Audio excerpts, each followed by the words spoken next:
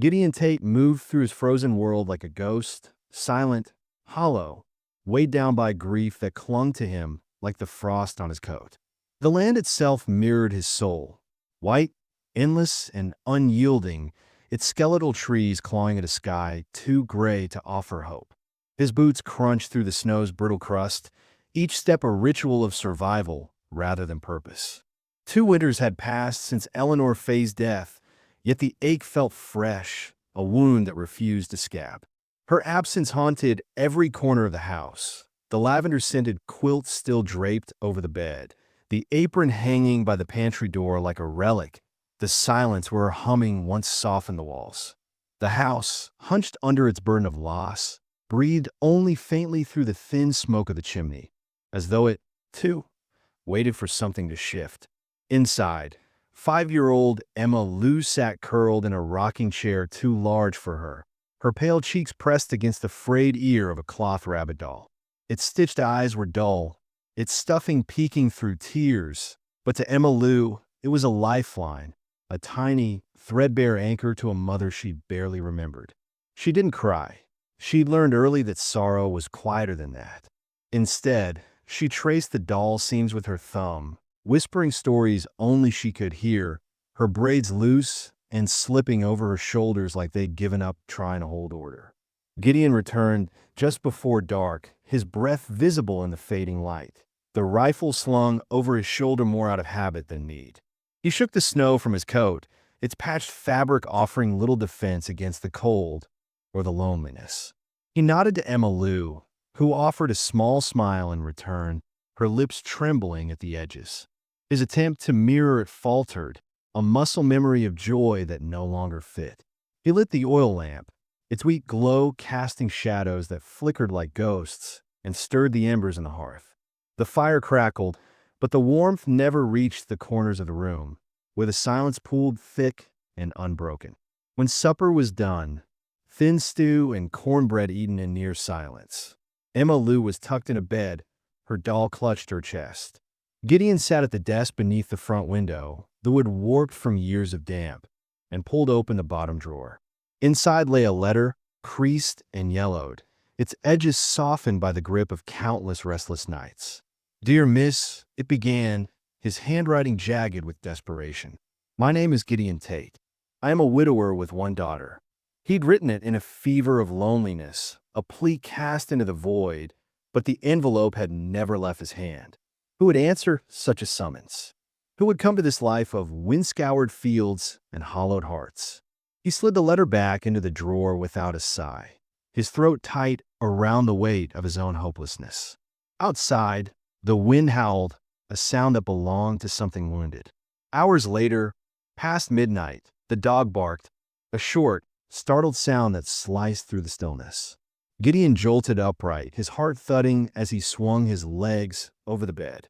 The floor bit his bare feet, but he moved quickly, pulling on boots and snatching the lantern from its hook. The barn loomed ahead, its silhouette blurred by swirling snow. Mosby, the half-deaf dog, circled the door, his whine low and uncertain. Gideon eased it open, the hinges groaning like they resented the intrusion.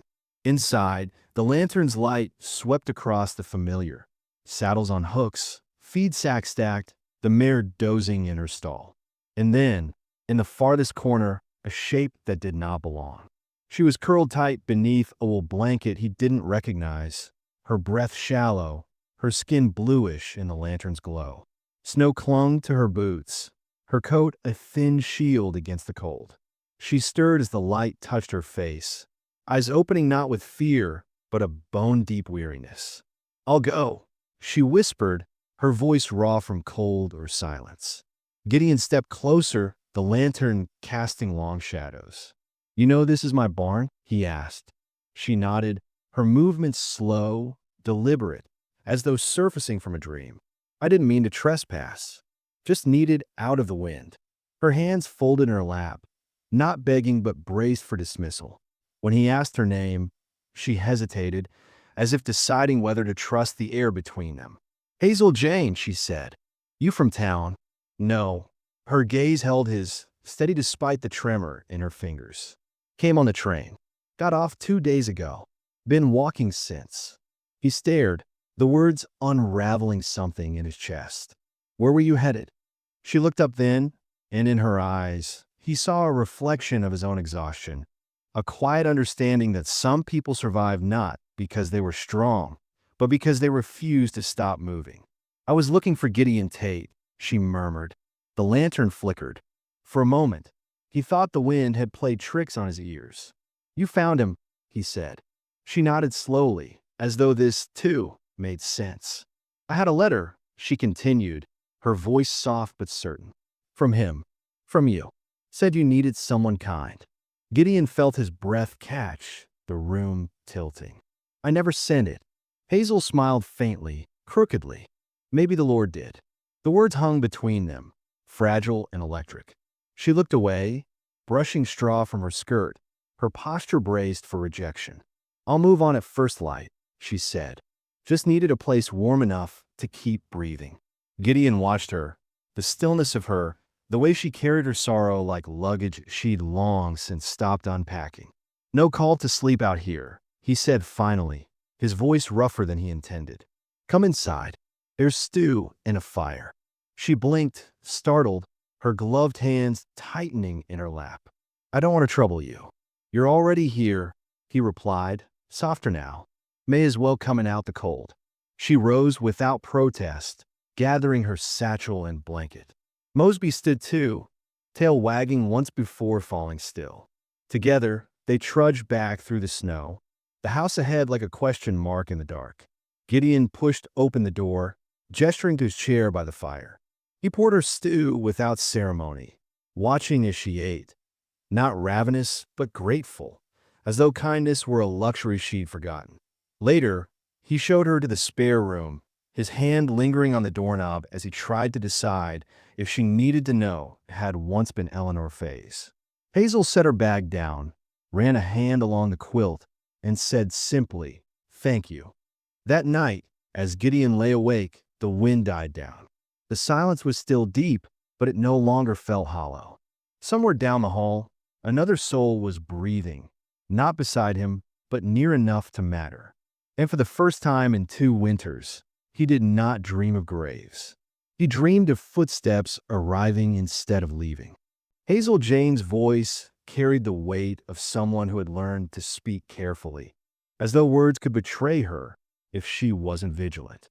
When she explained how she'd come into possession of the letter, Gideon's unsent plea for companionship, her tone stayed steady, but her eyes flickered with something raw, a hunger not for food but for escape. She spoke of the agency in St. Louis, the woman who handed her the crumpled paper with a shrug, saying, "A man named Tate wrote in but never heard back. Thought maybe the reply got lost. You seem the sort who might suit a man like that." Gideon listened, his hands gripping the edge of the table as if anchoring himself. The letter had been a moment of weakness, a whisper into the void during a night when grief had clawed too loudly at his ribs. He hadn't meant for it to go anywhere. Yet here she was, a living answer to a prayer he'd never dared to finish. Her fingers tightened around her teacup as she described the life she'd fled. A job at a dry goods store, the owner's wife falling ill, the quiet shift in expectations. He asked me to help more. Then he asked for other things, she said, her voice narrowing like a wound. When she refused, the job vanished, the room she'd rented dissolved, and the world closed its doors one by one. Didn't have much left where I was, she murmured, brushing stray straw from her skirt. This place isn't much either, Gideon replied, gesturing to the trees bending in the wind. But Hazel only tilted her head, her gaze steady. It's honest. That's more than most. The simplicity of her words unsettled him. She didn't beg for shelter or soft-pedal her desperation. She stated facts, then let silence fill the gaps, as though testing whether he could stomach the truth of her. Later, as Hazel helped with supper, peeling potatoes while humming under her breath, Gideon watched Emma lean against her, chattering like a child rediscovering joy. The sound was unfamiliar, almost foreign, in a house where laughter had grown brittle with disuse. His daughter's small hands clung to Hazel's apron, as if the woman's presence were a thread stitching them to something better. Gideon's throat tightened. He'd spent 2 winters burying Eleanor Faye's memory in routines, convinced love and loss were inseparable.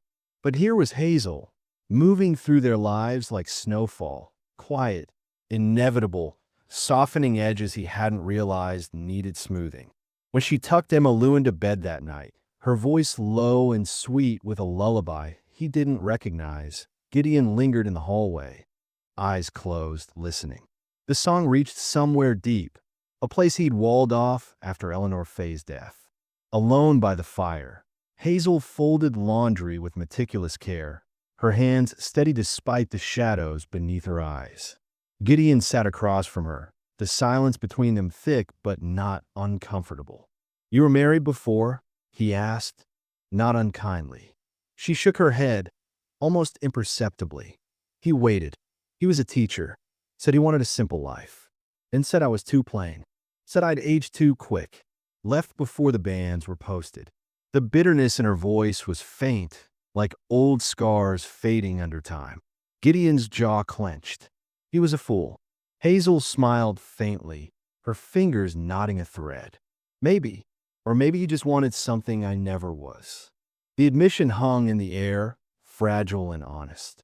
Gideon looked into the fire, its glow warm on the stone hearth. "Truth is," he said slowly, "I never expected to feel much of anything again."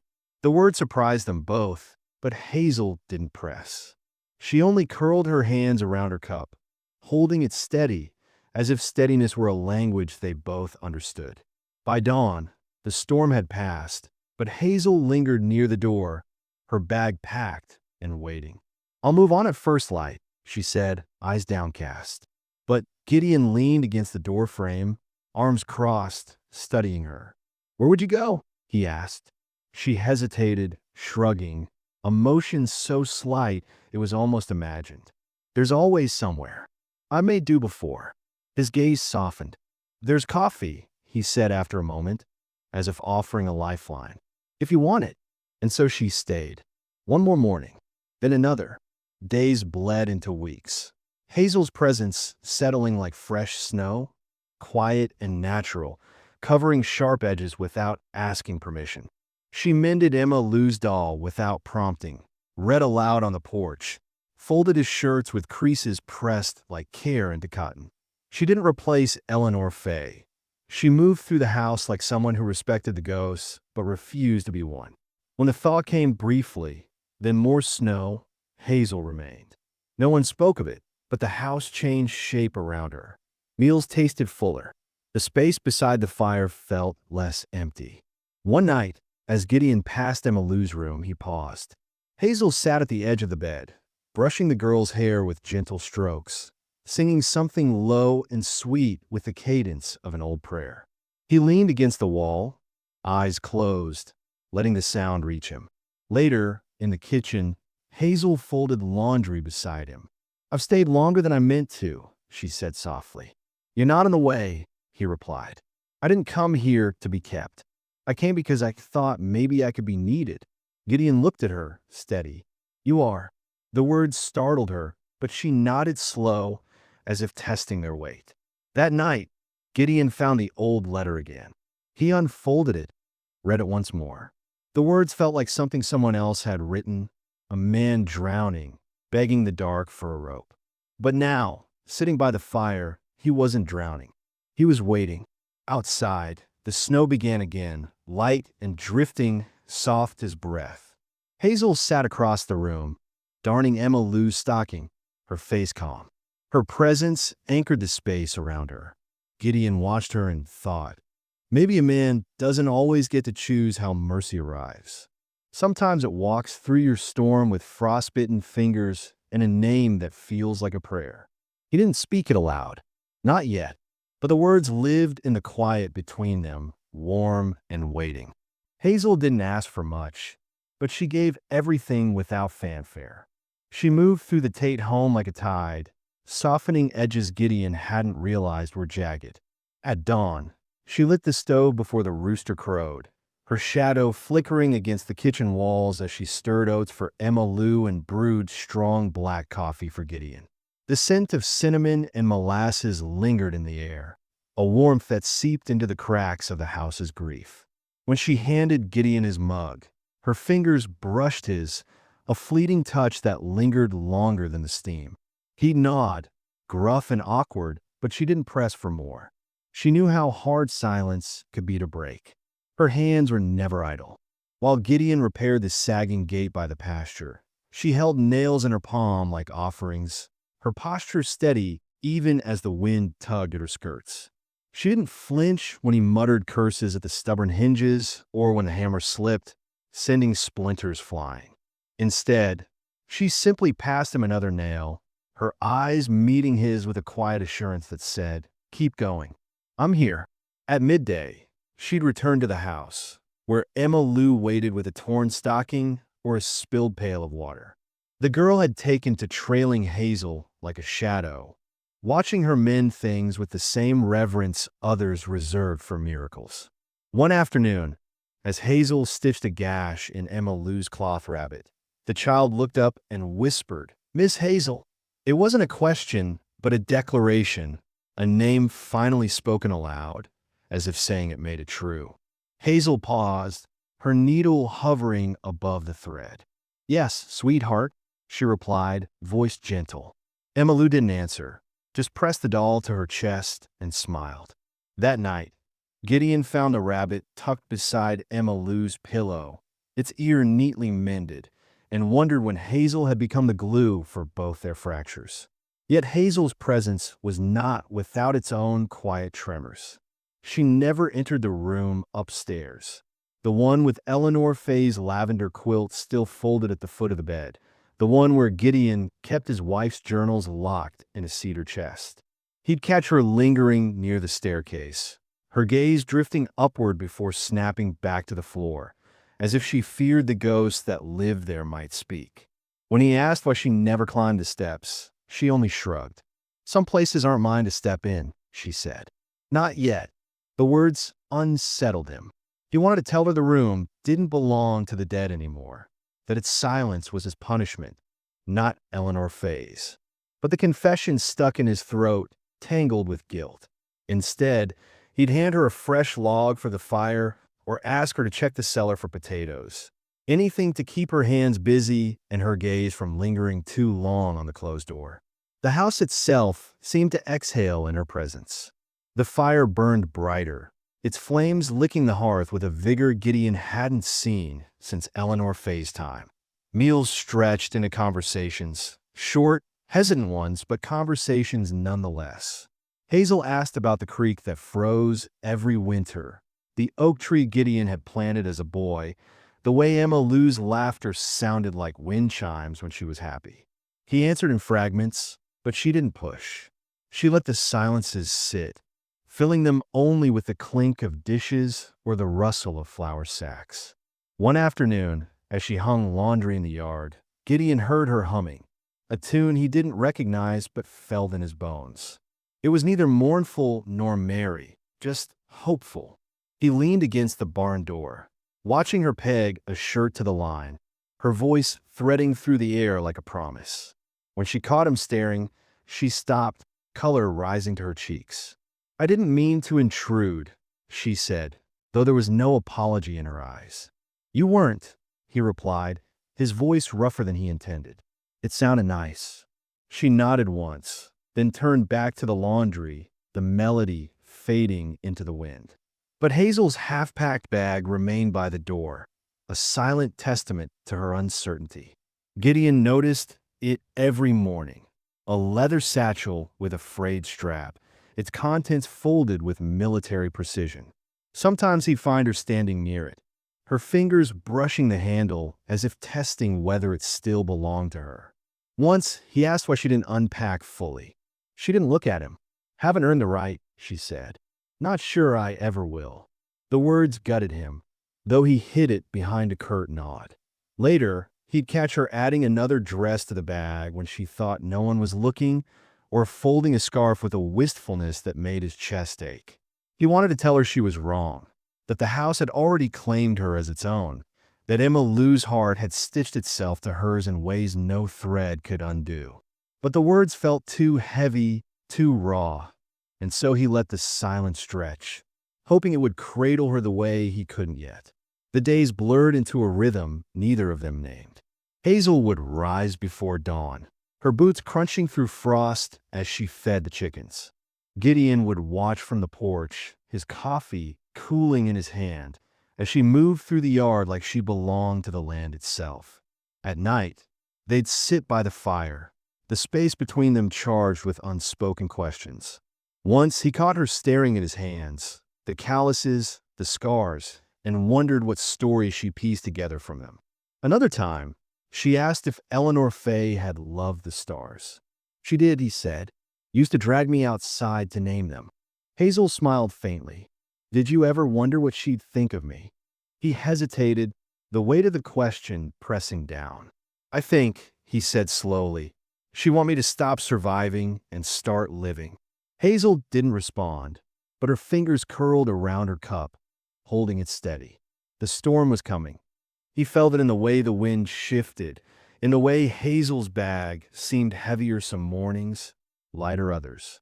But for now, there was this, the quiet unraveling of two souls learning to trust that mercy could be found in the mundane, in the way she hummed while shelling beans, or the way he lingered near her, close enough to feel the heat of her, but too afraid to reach out. The house held its breath, waiting to see if either of them would dare to ask for more. When Doc Silas leaned in over the kitchen table, his voice low but certain, "She's the one, isn't she?" The one from the letter. Gideon's gut twisted like a rope yanked taut. He nodded once, short and clipped, but the words clung to him long after the doctor left. The one. The phrase echoed in his skull as he split logs in the yard, the axe biting wood with sharp, rhythmic precision. What did it mean to be the one? A woman who'd stumbled into his barn like a ghost, who'd mended his daughter's doll and his own fractured silences without asking for thanks. A woman who still kept her satchel half-packed, as if bracing for the day he'd tell her to go. He didn't know how to name what she was to him, only that the thought of her leaving felt like a splinter lodged deep, raw, and unremovable. That night, the silver ring burned in his coat pocket like a brand. He'd bought it hours after the doctor's visit, its simplicity a mirror of his own clumsy hope. Now he stood outside Hazel's door, the hallway dim and silent, the house holding its breath.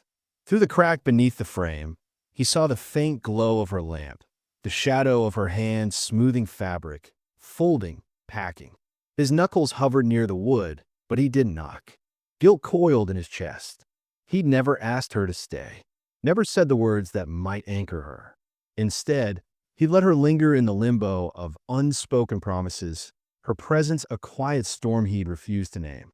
When he finally found her in the morning, her hands trembled as she unfolded the letter from her cousin. The inked words offered a room in Missouri, a job in a tailor's shop, an escape from the cold and the uncertainty of his silence.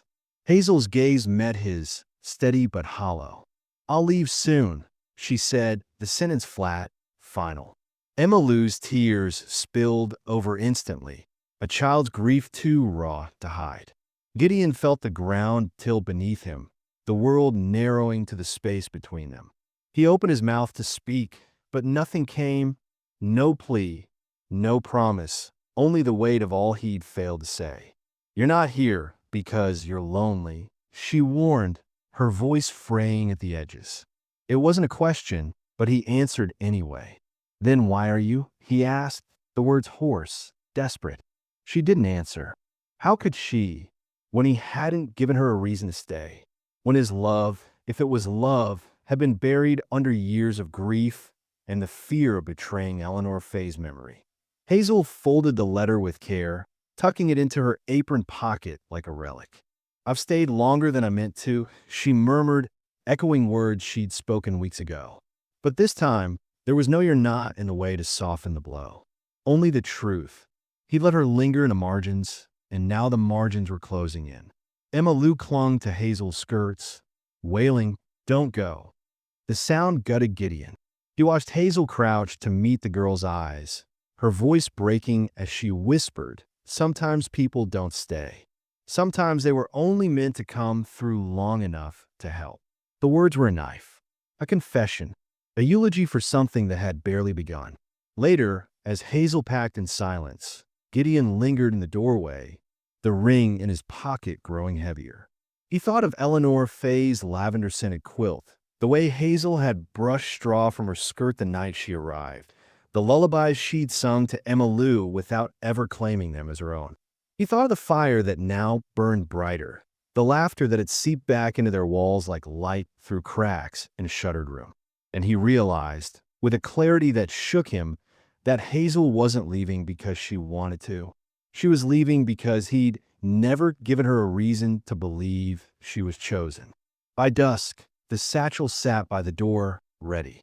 Hazel moved through the house one last time, checking the stove, straightening the chairs, her hands lingering on the back of Emma Lou's rocking chair. Gideon watched her, the ring burning hotter. He wanted to say, "I'm afraid. I'm sorry. I need you." But his throat closed around the words, leaving only silence, the same silence that had kept him company for 2 winters, now threatening to swallow him whole. When Hazel finally turned to him, her eyes were dry, resigned. "I'll leave at first light," she said, not a question, but a farewell. Gideon nodded, the motion wooden. Outside, the wind shifted, carrying the scent of rain. Somewhere, thunder growled, a storm gathering or one finally breaking. The frost clung to the air like a living thing, sharp and insistent Urbana, as Gideon rode into town before the first blush of dawn. His breath ghosted in front of him, pale and fleeting, matching the rhythm of the mare's hooves against the frozen road. The world was a monochrome hush, snow-draped fields stretching endlessly, the skeletal trees bending low under their burdens, the sky a bruised gray that promised no warmth. Gideon's jaw was set, his gloved hands gripping the reins with a tension that had nothing to do with the cold. Each mile felt like a lifetime, the weight of his decision pressing against his ribs like a second heartbeat. He hadn't slept, hadn't stopped to question himself since Hazel's quiet, "I'll leave soon," had cracked something open inside him.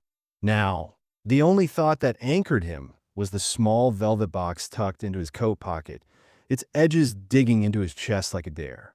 The Reverend's home loomed ahead, its windows dark save for a single flicker of lamplight on the second floor.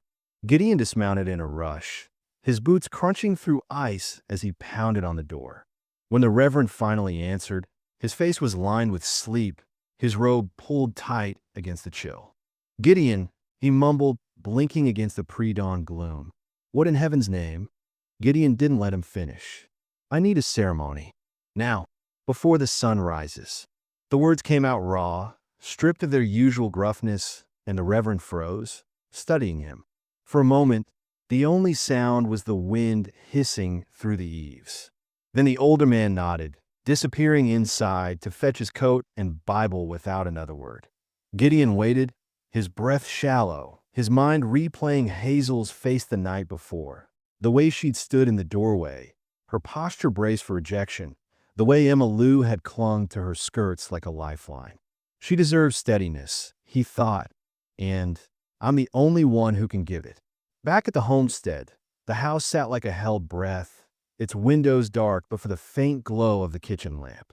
Through the frosted pane, Gideon saw Hazel silhouetted against the light, her coat buttoned tight, her satchel resting by the door like a final verdict. His throat tightened.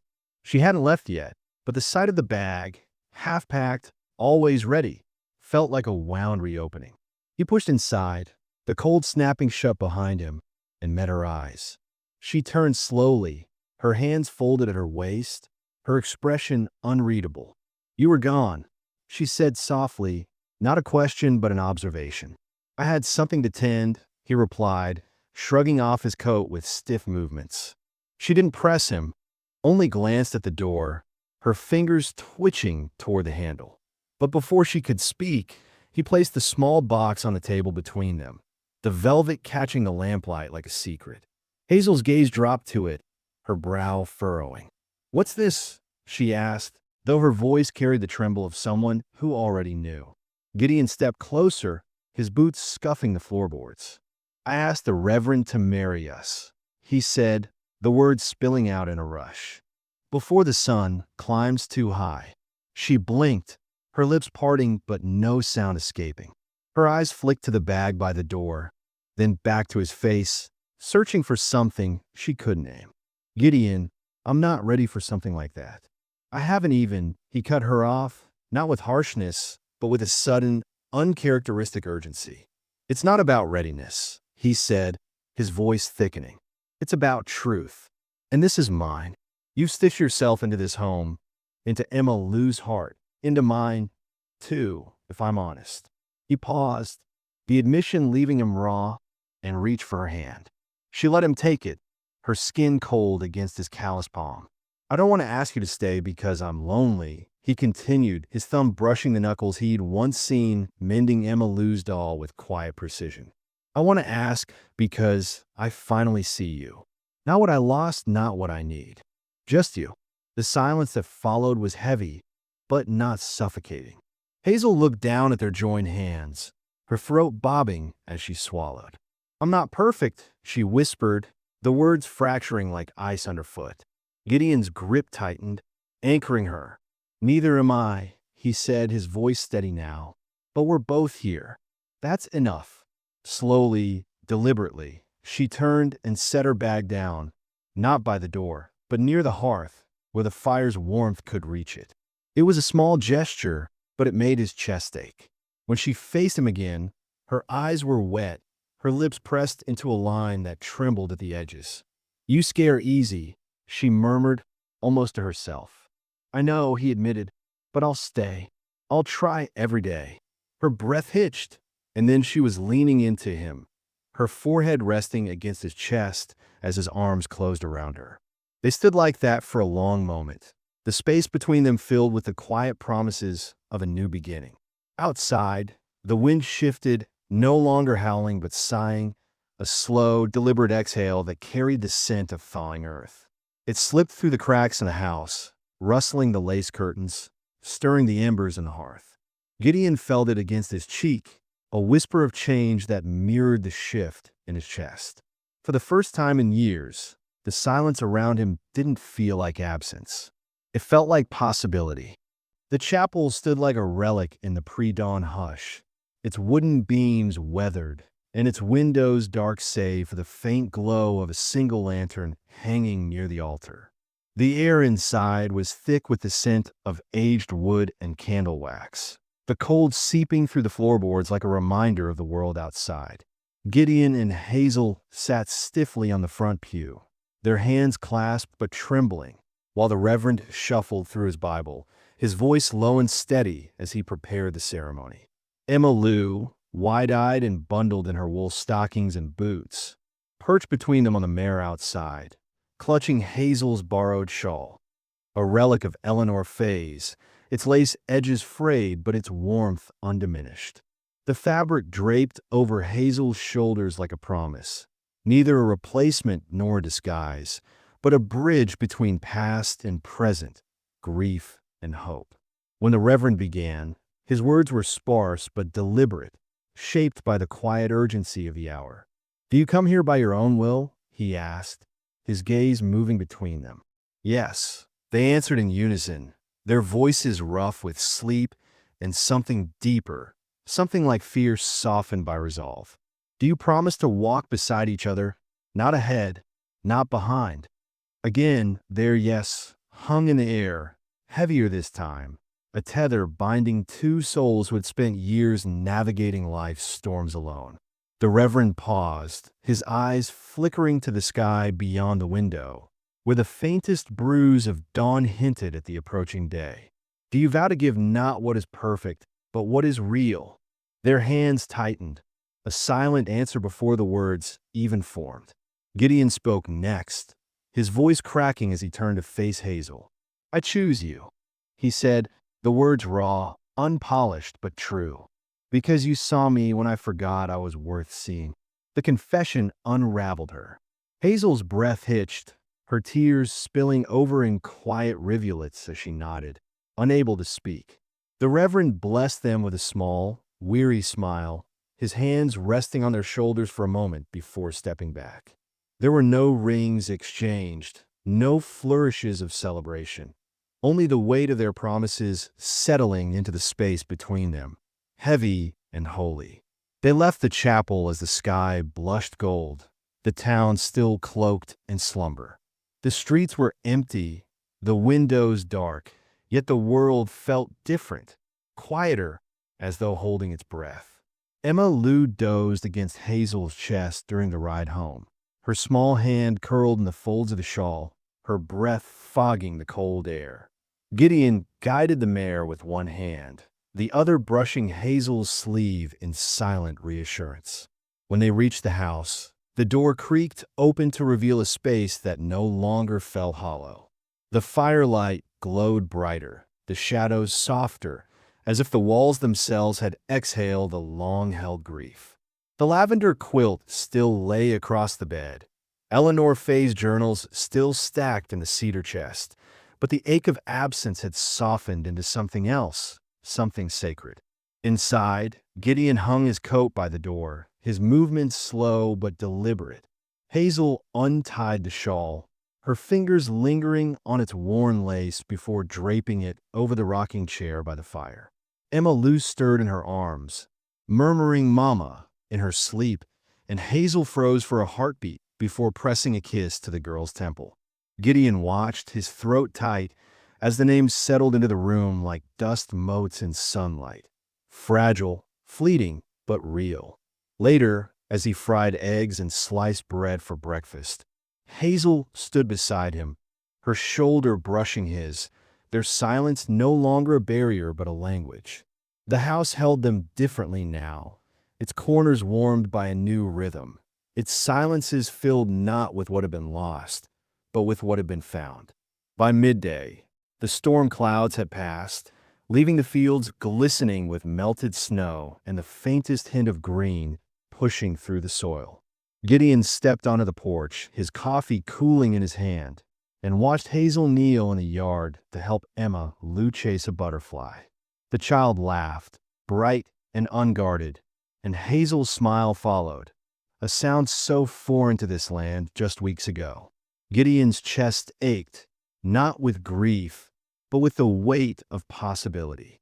They had not married for rescue or redemption, but for the quiet truth that sometimes love arrives not as a blaze, but as embers, slow, steady, and enough to light the way through the coldest nights. The town would learn of their union eventually, but for now, the dawn belonged to them alone, a testament to the courage it took to choose each other not despite their scars, but because of them. As the sun climbed higher, casting gold over the thawing earth, Gideon felt the walls he'd built around himself crumble, brick by brick, until only the warmth of Hazel's hand in his remained. Spring softened the land like a hand easing its grip, thawing the fields and coaxing green from the soil, but trouble arrived on horseback all the same. The man's name was Caleb Morse, and he rode into Bristle Creek with the air of someone who'd never learned how to belong to a place. His boots were polished, his coat unscuffed by labor, and his eyes carried the restless weight of a man who'd spent too long chasing shadows of his own making. He appeared at the Tate homestead uninvited, dismounting with a deliberate slowness that set Gideon's teeth on edge. Hazel froze mid-step on the porch. A basket of laundry clutched her chest, her knuckles whitening as she recognized him. Emma Lou, perched on the steps beside her, tilted her head, sensing the shift in the air but not yet understanding its shape. Caleb's voice was smooth when he spoke, the kind of voice that had once coaxed promises from Hazel's younger self. Promises she'd paid for in silence and solitude. He claimed to seek forgiveness, to explain past mistakes, to prove he'd changed. But Hazel didn't flinch beneath his words. She studied him instead, her gaze sharp enough to cut through the veneer of his reinvention. "You came to see if I'm still breakable," she said, her voice quiet but unyielding. "I'm not." The words hung between them, a finality wrapped in frost. Gideon stepped forward then, his presence a quiet anchor at her side. Solid as the land itself, He met Caleb's stare without pretense. "She doesn't need fire," he said, his tone steady, unthreatened. "She needs steadiness. Peace." It wasn't a challenge. It was a truth spoken plainly, and Caleb, for all his polished words, had no answer. He mounted his horse and left without another word, the dust of his departure settling like ash. Inside the house, Hazel moved through the evening with deliberate calm, folding laundry and humming a lullaby under her breath. Emma Lou hovered close, her small hands clutching Hazel's skirt as if to tether her. When the girl finally whispered, "Mama's not going anywhere," Hazel paused, her throat tightening around the name the child had claimed for her.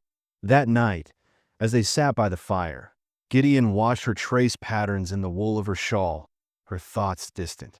"I used to think love was someone chasing me," she murmured, her voice frayed at the edges, "proving I was worth the effort." She turned to him, her eyes catching the firelight. "But you walk beside me even when I'm quiet, even when I don't ask for anything." Gideon's fingers brushed hers, a gesture more intimate than words. "You don't have to ask," he said simply. "I'm here." The exchange lingered in the space between them, not as a declaration, but as a quiet reckoning. Hazel had spent years measuring her worth in the echoes of men like Caleb. Men who left, who returned only when her foundations felt firm, who thrived on the chaos of her uncertainty. But Gideon was no storm. He was the ground beneath her feet, steady and unshaken, the kind of love that grew roots rather than scorched the earth. When Emma Lou wandered in, sleep-heavy and seeking comfort, Hazel scooped her in her lap without hesitation, her hands steady as she braided the child's hair. Gideon watched them, the weight in his chest softening into something like awe. This was not the life he'd imagined when he'd written that desperate letter months ago, but it was more than he'd dared to hope for. By morning, the fields glistened with rain, the storm having passed without leaving a mark. Hazel stood barefoot on the porch, her dress hem damp with dew, as she watched Gideon mend the fence line. Emma Lou chased butterflies in the yard, her laughter rising like sunlight. Hazel smiled, not because the past had vanished, but because it no longer cast its shadow over her present. Caleb's arrival had been a test, a ghost knocking to see if the doors still creaked open. But the house no longer belonged to ghosts. It belonged to footsteps, arriving, staying, walking side by side. The tempest arrived like a reckoning, a final test from a spring that refused to yield gently. Lightning tore through the sky in jagged, white-hot veins, illuminating the fields in brief, ghostly flashes. Thunder followed, a deep, resonant growl that shook the windows of the Tate home and rattled the bones of the earth itself. Rain lashed the roof in relentless sheets, drumming a rhythm that seemed to echo the heartbeat of the land. Inside, the house groaned under the weight of the storm, but the fire in the hearth burned steady, casting long shadows that danced like old friends. Emma Lou, curled in her bed, trembled with each crash, her small fists clutching the edges of her quilt. Hazel moved to her side without hesitation, her presence a quiet anchor. She knelt beside the bed, her hands steady as she brushed damp hair from Emma Lou's forehead. "Shoo," she murmured, her voice low and rhythmic, weaving calm into the chaos. "Listen to the rain. It's just the sky letting go of all this sadness it's been holding." Her fingers traced circles on the child's back, slow and deliberate, grounding her in the warmth of the moment. Outside, the wind howled, tearing through the trees and sending torrents of water cascading against the panes. But within those walls, Hazel's touch was unshaken, her breath even, her words a tether. "You're safe," she whispered, pressing a kiss to Emma Lou's brow.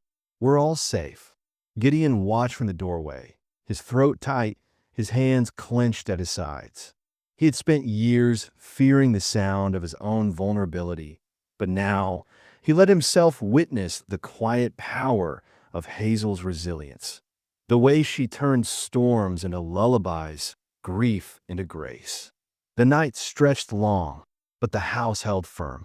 By dawn, the tempest had spent itself, leaving behind a hush so profound it felt as though the world had paused to catch its breath. The fields glistened, soaked and heavy, the trees glistening with droplets that caught the first light of morning like scattered diamonds. Hazel stepped outside barefoot, the mud cool and yielding beneath her toes, her worn dress clinging to her ankles. She inhaled deeply, the air sharp with the scent of wet earth and blooming life, and laughed.